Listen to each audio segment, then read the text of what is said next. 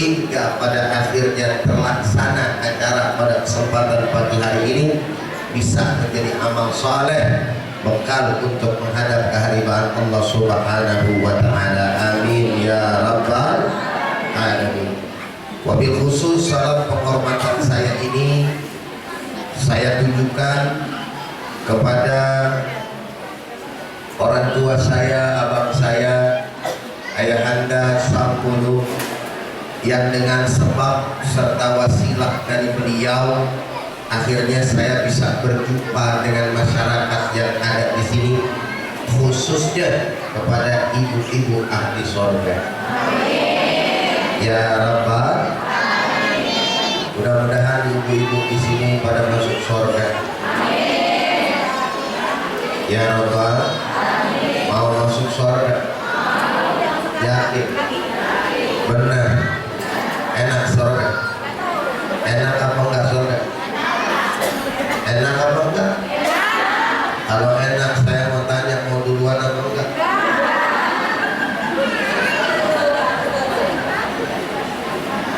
Kemudian ditanya mau duluan apa kagak, dia nyengir kata aku. Bapak-bapak sekalian yang sama dirahmati oleh Allah Subhanahu wa Ta'ala, keberadaan kita sekarang di sini adalah dalam rangka memperingati hari besar Islam, yaitu Muharram. Tapi sebelumnya ada yang salah atau kurang tepat, mungkin ngelihatnya kali ya. Saya kurang tahu, saya pas dibacain tadi bener semuanya, cuman ada yang ngaku ngapa lahir saya di Sampang ya, padahal lahirnya saya di Jakarta. Ntar kalau misalkan ibu-ibu udah denger tadi dari Sampang ngomongnya Betawi, kan bingung sendiri ibu ya. Dia udah dari Madura atau Betawi sih, begitu ya. Istri saya yang Madura, mungkin sama pada saat kerja gitu ya. Nggak apa-apa, tapi yang lainnya benar, dan yang paling penting adalah saya ganteng gitu aja. Kok tahu aku? Ada ibu-ibu yang bilang di sini saya jelek. Mana orangnya? Ada yang bilang? Kalau ada yang bilang saya jelek, berarti matanya mesti diperiksa itu. Bapak-bapak sekalian yang sama dirahmati oleh Allah, pada kesempatan hari ini kita menjelang hijrahnya Rasulullah Shallallahu Alaihi Wasallam. Ibu-ibu, bapak-bapak sekalian, ketika kita berbicara tentang Muharram, berarti ada satu peristiwa besar. Betul. Apa peristiwa besar itu? Tidak lain adalah peristiwa hijrahnya baginda kita Nabi besar Muhammad Sallallahu Alaihi Wasallam. Ustaz mau tanya, yang memprakarsai dan membuat ide menyusun bulan-bulan Islam dalam tahun Hijriah siapa? Assalamualaikum. Assalamualaikum. Masih hidup? Oh, ngomong aja ditanya. Pak, bapak-bapaknya kira-kira setengah doang ini ya, banyakan ibu-ibunya. Emang di mana-mana kalau bicara pengajian, ibu-ibu yang paling rajin. Kalau bulan Ramadan nanti tuh ibu-ibu yang paling rajin, bapak-bapak enggak. Tahu ini dari mana Ustaz? Bawa aja dia. Kalau udah urusan taraweh, yang paling duluan nyampe bapak-bapak, ibu-ibu. Bapak-bapak, ibu-ibu. Jangankan orang mau kenangin nyampe. Betul. Isya belum, baru kelar maghrib itu udah nyampe ke musola, ngomong sama Munaro di tempat gue yang nih bunyi tekim naruh di tengah. Ada bapak-bapak ini habis maghrib ke musola naruh kain sarung. Oke ibu-ibu ya, alhamdulillah. Saya mau tanya, jawabnya mau Pak. Kalau misalkan ada yang bisa jawab, dijawab aja. Salah, mau benar, menggali konten ini. Siapa yang menyusun kalender Hijriah? Anak ini ning lama bener yang di belakang ibu siapa? Sayyidina Umar ibn Khattab.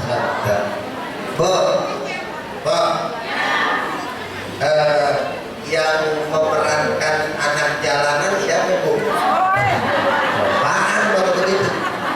Si Boy. Bukan umur naik haji, pemeran yang paling nyolotin siapa? Nah, Haji Muhyiddin paham. Pelempungan sejarah Islam ngomong, paham ya? Jadi yang pertama kali menyusun itu adalah Sayyidina Umar ibn Khattab. Pertanyaannya Pak Bu, kenapa Sayyidina Umar ibn Khattab itu memilih bulan Muharram sebagai awal bulan Hijriah? Padahal kan sama kita tahu ya, bulan Maulid nggak kalah mulianya daripada bulan Muharram. Bulan Rajab nggak kalah mulianya, karena masing-masing juga ada peristiwa yang besar. Bulan Maulid kita cerita apa kalau Maulid? Kelahiran baginda kita Nabi besar Muhammad SAW. Kalau kita cerita Rajab apa Pak? Apa? Di dalamnya ada peristiwa apa bulan Rajab? Yes. Yang ditanya bapak-bapak ini jawab mak-mak lagi aja. Isra dan Isra artinya perjalanan malam hari, Mi'raj naik dari langit pertama sampai langit ketujuh, tembus ke Sidratil Muntaha, ketemu sama Allah Ta'ala. Ada apa genangan? Kok Allah Subhanahu wa Ta'ala memberikan ilham kepada Sayyidina Umar milihnya di bulan Muharram? Ternyata salah satu alasannya Bapak dan Ibu sekalian adalah bahwa ternyata di dalam bulan Muharram tersebut, ketika kita berbicara perjuangan, ini melibatkan perjuangan bukan hanya saja Nabi kita Muhammad SAW, tapi perjuangan daripada kaum muslimin dan juga muslimat Bapak dan Ibu sekalian yang sangat dirahmati oleh Allah. Bicara Maulid, kita bicara Nabi Muhammad toh, karena bicara Maulid berarti bicara kelahiran. Kelahiran siapa? Yang sudah barang tentu kelahiran baginda kita Nabi besar Muhammad Sallallahu Alaihi Wasallam. Berbicara tentang Rajab berarti kita bicara Isra Mi'raj. Yang jalani Isra Mi'raj siapa? Nabi Muhammad Sallallahu Alaihi Wasallam sama malaikat Jibril. Udah dua, tidak mewakili keseluruhan daripada Islam. Betul apa betul? Tapi ketika kita berbicara tentang hijrah Nabi kita Muhammad Sallallahu Alaihi Wasallam, itu bukan lagi cerita hanya Nabi saja, tapi Nabi udah pasti ada. Karena perjalanan daripada hijrah dari Mekah ke Madinah adalah perjalanan Nabi beserta perjuangan kaum muslimin dan juga kaum muslimat. Di kala itu kelompok umat Islam dibagi dua, dipersaudarakan sama Nabi. Yang dari Mekah dinamain kaum apa bu? Assalamualaikum. Yang dari Mekah datang ke Madinah dinamain kaum apa bu?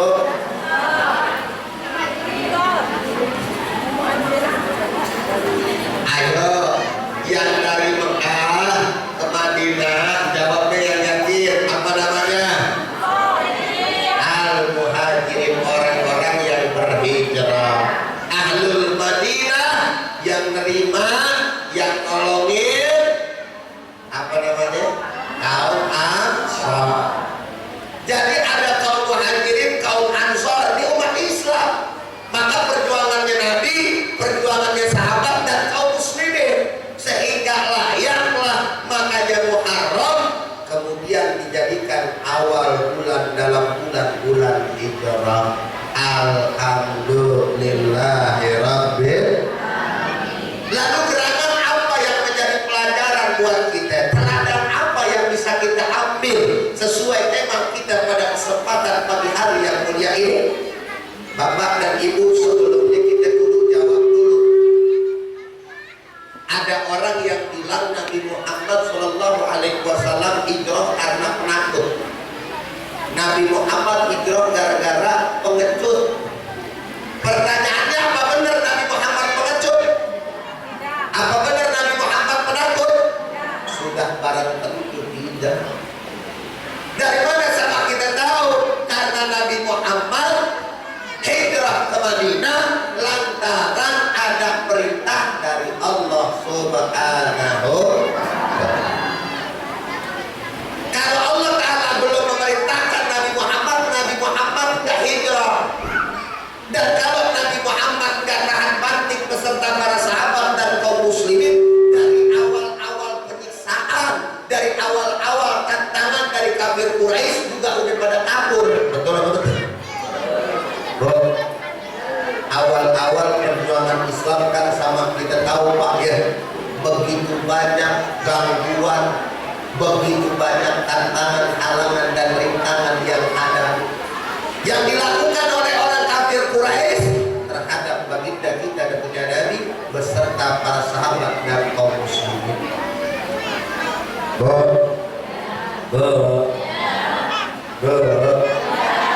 Tahu nggak siapa wanita yang pertama kali menjadi syahidah dalam sejarah Islam? Siapa? Khadijah. Mati syahid. Syahidah berarti mati syahid pertama kali. Ayo siapa? Tadi jawab Khadijah. Ada lagi yang lain? Mungkin Munaroh gitu kali. Ayo siapa? Bapak-bapak, anak-anak. Ada nggak? Hah? Siti Masito. Jauh amat Siti Masito. Ini dalam sejarah Nabi Muhammad, bukan dia. Siti Masito mah hidupnya Nabi Musa. Ayo siapa? Ngomong-ngomong yang pertama kagak kelihatan saya apa ya? Bu, kelihatan kok kagak dari tadi? Kagak, lah ngapain di pojok sono lagi ya? Situ di tengah tuh. Kalau mau kemarin Maria di kamu. Ngomong tahu jawabannya kan? Atau keluarga rekannya aja. Siapa pertama kali keluarga yang menjadi keluarga syuhada yang siksa? Minggu jamaah nyaut kalau begitu. Keluarga Yasir, ibunya dibunuh, kemaluannya ditombak sampai tembus ke ilmu mulut. Disuruh balik. Wahai Yasir, wahai Sumayyah, wahai keluarga Yasir, keluarga Imran kalau nggak salah suaminya itu, balik kalian kepada ajaran agama nenek moyang kalian. Kalau tidak, saya bunuh kalian, saya siksa. Untuk mempertahankan daripada ajaran agama, mereka tidak mau kembali dan mereka bertahan untuk mencari ridho Allah Subhanahu wa Ta'ala. Coba kita lihat sahabat Nabi, kaum muslimin ketika itu sudah dapat iman kepada Allah Subhanahu wa Ta'ala, indahnya meraih daripada nikmatul iman wal Islam, mereka tidak akan tinggalkan itu walaupun pengorbanannya begitu berat. Satu hal dari pelajaran hijrah adalah bagaimana kemudian kaum muslimin yang aku beriman kepada Allah, mereka rela berkorban apapun untuk mempertahankan akidah serta keyakinan yang dipegangnya. Sekali la ilaha illallah, tetap la ilaha. Sayyidina Bilal ibn Rabah. Ibu-ibu kenal Bilal? Kenal Bilal? Benar jawabnya, kayak begini. Kenal Bilal apa kagak? Hah? Kalau kenal, kenalan di mana? Emang pernah datang kemari Bilal? Ada Bilal Jumat. Tahu apa kagak? Tahu. Kenal apa enggak? Enggak. Tahunya dari mana? Dari sejarah, betul. Coba ya. Itu Bilal, Pak. Subhanallah. Siapa sih dia? Ketua RT? Bukan. Siapa sih dia? Camat. Gubernur. Orang kaya. Siapa Bilal? Budak.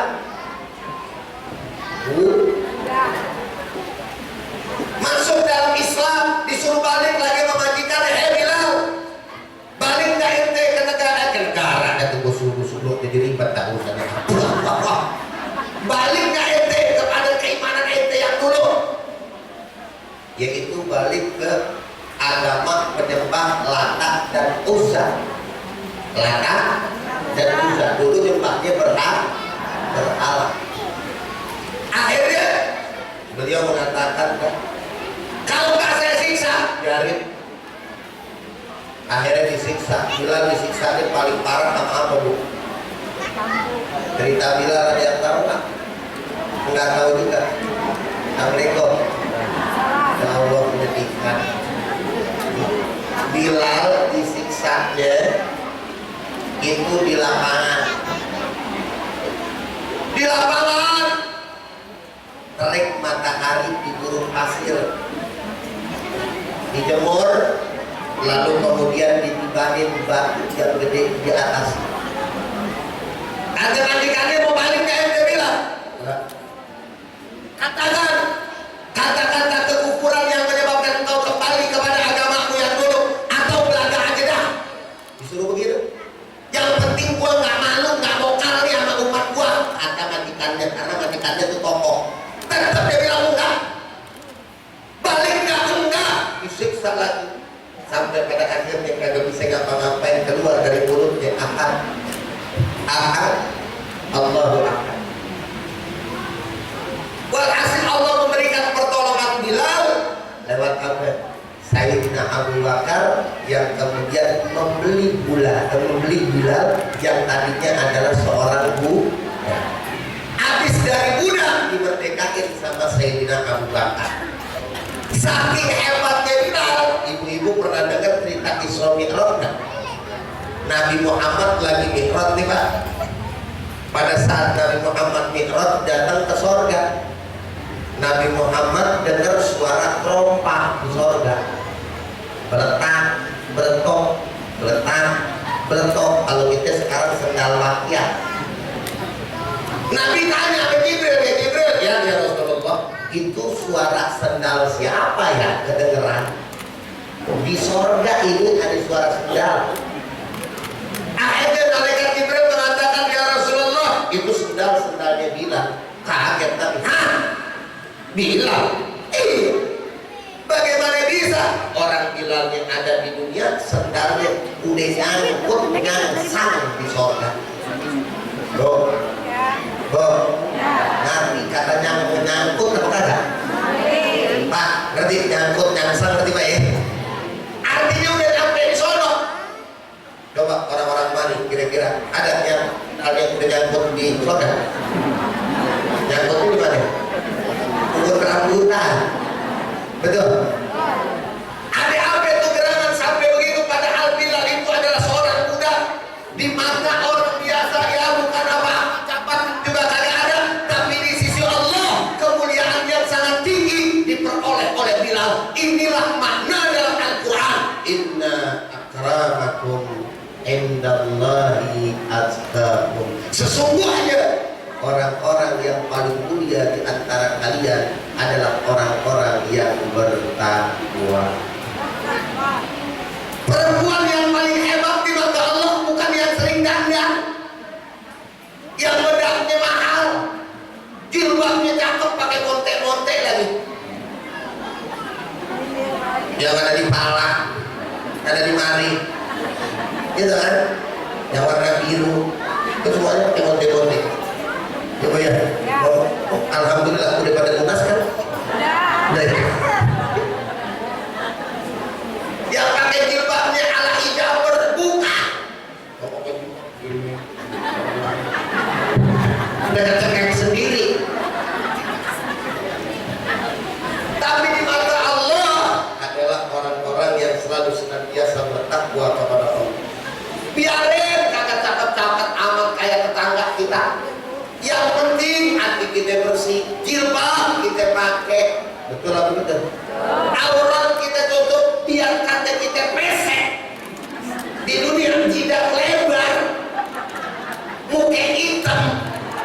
Tapi kalau mukanya ada bekas sujud, min artari sujud, nanti di hadapan Allah, ibu yang ada masuk ke dalam surga bakal jadi ratu yang bidadari. Kalau perempuan kagak dapat bidadara, agak ada bidadara sono. Tapi kalau perempuan dapatnya di ratu bidadari. Jadi ntar ibu ngatur bidadari ente ke sono ngapain? Bayarin satu jam. Ya iya dong. Terus ini aja lu, ayo. Kalau laki dapat 70 bidadari. Ya nggak percaya. Perempuan kita nggak cuma di dunia doang, sampai di surga dia ngiri. Jangan-jangan kan mau protes juga lagi sama Allah. Ya Allah, laki udah di dunia ada pembolehan poligami, giliran di sini agak ada bidadara, gitu amat gitu ya.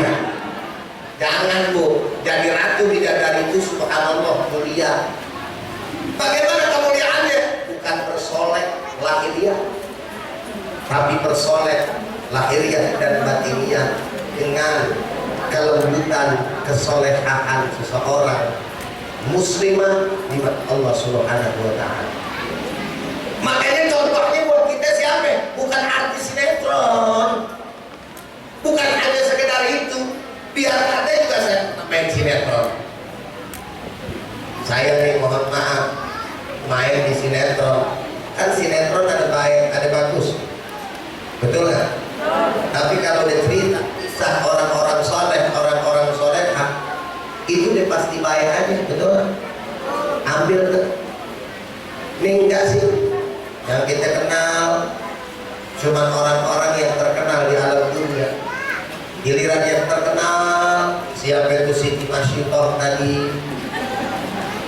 Ngomong jawab Siti Masyitoh.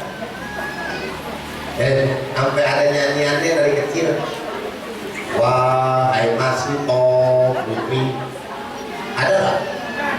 Pada kagak hafal kan? Nama gua aja lupa. Itu Siti Masyitoh ceritanya pada tahu. Assalamualaikum. Assalamualaikum. Ngomong-ngomong di sini ada pengajian kagak ya? Mana ustazahnya? Mana mau? Ini ustazah kita. Ustazah, ntar diajarin juga tolong sejarah. Ngomong-ngomong ustazah di sini ngajarinnya ini ya, Yasin ya. Tapi sama.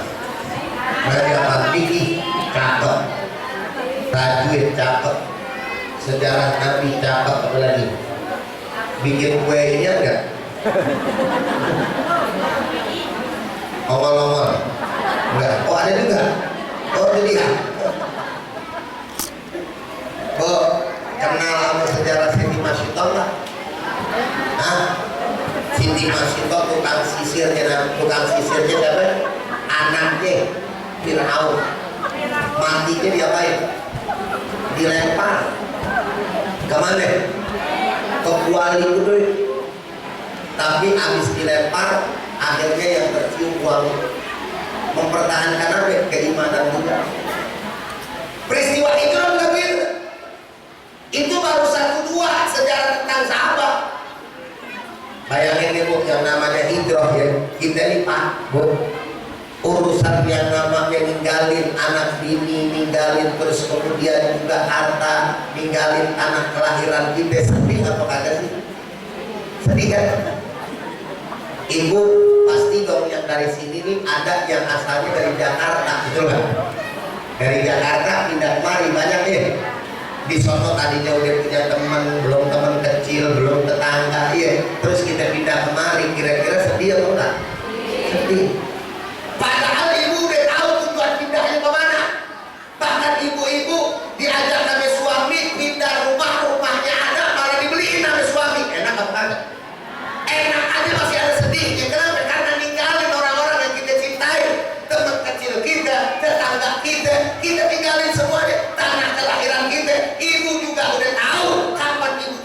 sono, bapak juga mau main ke sono, kagak ada yang larang. Betul tak? Tapi ketika sahabat-sahabat dan kaum muslimin di sana berhijrah ninggalin kampung halaman, dia kagak tahu kapan gue bisa kemari lagi, kapan bisa balik lagi ngelihat tanah kelahiran saya. Di sana juga kagak tahu saya mau pindah kemana, tidur di mana. Bahkan di sana yang ditinggalin bukan hanya tetangga, ada suaminya yang masih kafir ditinggalin, ada istrinya yang masih kafir diceraiin ditinggalin, ada orang tuanya, ada anaknya ditinggalkan semuanya. Demi apa? Nggak lain nggak bukan, semuanya itu adalah demi mencari ridha Allah Subhanahu wa Ta'ala. Oh, Pak, saking hebatnya kaum Ansor yang tolong menolong, jangankan rumah, jangankan tempat tinggal, istri dibagi. Maksudnya bagaimana saat istri dibagi? Ini kita bukan kritik masalah yang namanya poligami, enggak, tapi kebaikan daripada seorang sahabat kepada sahabatnya yang lain untuk tolong. Ente tinggal di mana? Kagak ada, di rumah saya masih kosong, tuh potonglah rumah saya, tinggal di situ sama anak istri. Yang jomblo ditanyain, ente udah nikah apa belum? Belum. Punya biaya apa kagak? Enggak. Nih saya punya 4 istri, salah satunya pilih tuh istri saya. Kalau sampai yang mau karena Allah Subhanahu wa Ta'ala, satu saya training, saya bagi buat ente. Assalamualaikum. Assalamualaikum. Ibu mau lakinya gitu? Lu kecerain kan, gue bagi buat temen gue. Sampai begitu. Padahal saudara hadirin, kalau menurut akal logika kita lah, sampai begitunya tega amat dibagi, betul kan? Tapi ini dalam rangka kan, titik beratnya adalah bagaimana mereka saling tolong menolong di antara mereka semuanya. Dan pada akhirnya apa yang terjadi? Segala halangan, rintangan, tantangan, hambatan Allah Subhanahu wa Ta'ala berikan buat orang-orang yang beriman, dan orang-orang yang beriman tadi mendapatkan balas dari Allah karena memperjuangkan daripada agama Allah. Kata Allah, in tansurullah yansurkum wa yutsabbit aqdamakum. Kalau seandainya kalian tolong agama saya yang akan tolong daripada kalian semua, kata Allah. Bu, Pak, bayangin Nabi Muhammad dari Madinah, dari Mekah, kan dibilang pengecut ya pertama ya. Nah saya mau tanya, orang pengecut biasanya lari duluan atau belakangan? Lari duluan atau belakangan? Duluan. Yang benar. Ibu yang di belakang saya mau tanya, lari duluan atau belakangan kalau orang penakut? Hah? Duluan. Nih yang pakai baju biru-biru, ibu-ibu yang cakep-cakep, yang cakep-cakep, disoke semuanya. Oke, mau tanya, kalau orang pengecut lari duluan atau belakangan? Duluan. Oke, sekarang jawab yang kompak, lari duluan atau belakangan? Duluan, betul kan? Kenyataannya Nabi Muhammad hijrah belakangan atau duluan? Belakangan. Yang lain pada rapi semuanya, baru Nabi Muhammad belakangan. Yang gantiin tempat tidur Nabi Muhammad siapa? Waktu Nabi Muhammad keluar dari rumah, Sayyidina Ali radhiyallahu ta'ala anhu, tuh umur 17 tahun. Ini dengerin adik-adik semuanya, 17 tahun, kalau nggak salah belasan tahun, tapi mampu untuk mempertahankan daripada keyakinan berjuang karena Allah Ta'ala. Mati ganti Rasulullah dia mau. Padahal tugasnya untuk menggantikan Nabi Muhammad posisi tidur, orang udah otomatis akan membunuh dia, karena pada saat itu Nabi Muhammad rumahnya akan disergap. Tinggal masuk, kalau tahu itu saya Allah itu Nabi Muhammad, dibunuh. Dan kalau agak pakai ngeliat dulu, dibunuh langsung. Tapi ternyata pada saat dibuka adalah Sayyidina Ali radhiyallahu ta'ala anhu wa karramallahu wajhahu. Ditanya sama Nabi Muhammad sallallahu alaihi wasallam, "Ya Ali, kenapa engkau mau gantiin saya? Sampean kan tahu kalau sampean gantiin saya berarti sampean akan mendapatkan daripada resiko kematian." Apa Sayyidina Ali bilang? "Ya Rasulullah, kalau Ali mati nggak apa-apa ya Rasulullah, nggak apa-apa, sebab kalau Ali mati akan ada lagi Ali yang lainnya yang akan menggantikan saya ya Rasulullah. Tapi kalau sampean engkau ya Rasulullah yang tidur di sana lalu mereka berhasil membunuh engkau ya Rasulullah, bagaimana kemudian daripada ajaran agama Islam ini belum sempurna? Bagaimana kemudian kelanjutan perjuangan daripada ajaran agama Allah Subhanahu wa wa ta'ala, demi Allah ya Rasulullah, saya tidak akan pernah ridho sekalipun hanya satu dan secengkil daripada kulit engkau kena oleh orang-orang kafir Quraisy. Allah. Nabi Muhammad keluar. Pada saat Nabi Muhammad keluar, kakak ada yang ngeliat bacaannya apaan Pak? Ini Bapak nih kalau mau ngamalin, saya dari kiai. Beneran ini bukan kata bohong. Kalau misalkan kita mau keluar dalam keadaan genting-genting berjuang, tuh zaman ninja kan tahu gue. Bapak dengar gak zaman ninja ustaz-ustaz kiai-kiai dulu diculik-culikin? Nggak tahu ya? Assalamualaikum. Nggak tahu ya? Hah? Kagak punya TV ya? Mau kagak nonton berita? Ada. Itu zaman kiai-kiai ngamalinnya itu. Saya disuruh kiai dibilang wa ja'alna min bainihim saddan wa min khalfihim saddan fa abshaynahum fahum la yubsirun. Itu dikasih dinding dan mereka tidak melihat. Lihat surat Yasin. Itu tulisannya begitu artinya. Nabi Muhammad lalu kemudian menyebarkan debu ke muka mereka semua sehingga mereka tidak melihat, bahkan mereka tertidur semuanya jelas. Nabi Muhammad keluar. Pas Nabi Muhammad keluar, mereka baru sadar ketika Sayyidina Ali menggantikan posisi Nabi. Dicari, dikejar Nabi Muhammad SAW, Pak Bu sekalian. Akhirnya apa yang terjadi? Nabi Muhammad ngumpet di mana? Yang nemenin Nabi Muhammad siapa? Abu Bakar. Ngumpetnya di mana? Di goa. Goa apa? Yang gede goa apa? Kata siapa Gua Hiro? Gua Tur. Bukan Gua Hiro. Kalau Gua Hiro Nabi Muhammad lagi betapa, lagi khorwat, kalau bahasa kita betapa. Baru pertama kali menerima wahyu di Gua Hiro. Jangan ke depan, harusan goa aja deh. Hiro, Hiro aja. Gua Tur. Gua Tur. Bukan, mohon maaf ya, saya ada serat dari kemarin gak berhenti ceramah. Alhamdulillah. Emang lagi bulannya betul nggak? BBM bulan berkah, Maulid juga sama, masya Allah. Sampai di rumah saya penuh kulkas. Ini buah-buahan semuanya. Benar, saya mah alhamdulillah sahabat ceramah dikasih parsel, belum buah-buahan tahu kemarin dikasih pokoknya ya. Ini ada. Ambil segitu deh, ya nggak pakai. Misalkan ada parsel buah-buahan, nggak usah, nggak masalah. Ganti aja sembako gitu ya. Udah balik lagi kepada persoalan. Ke gua apa namanya? Gua apa namanya? Yakin?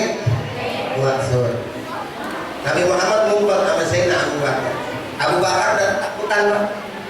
Apa kata Abu Bakar? Ya Allah, dalam hati gimana kalau misalnya kita lagi ketahuan itu kalau kita melawak doang nih kan begini tuh begini Nabi Muhammad kelihatan bukan ditutupin sama batu, bukan ditutupin sama pintu, bukan kali ada gemboknya enggak, tapi ditutupin sama sarang lama-lama. Bener kan, pinter di gua kan nih kali Gua Hiro lagi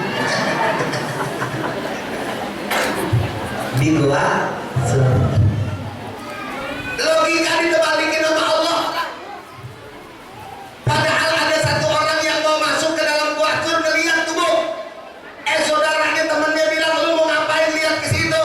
Ya mau lihat Muhammad, saya mau lihat Abu Bakar, kami ada di dalam. Lalu saudaranya dan juga kemudian orang bilang, temannya bilang, bagaimana bisa ente PA juga? Kalau bahasa kita, kalau ada orang di dalam itu udah otomatis sarang laba-laba rusak. Berarti Muhammad sama Abu Bakar kagak ada.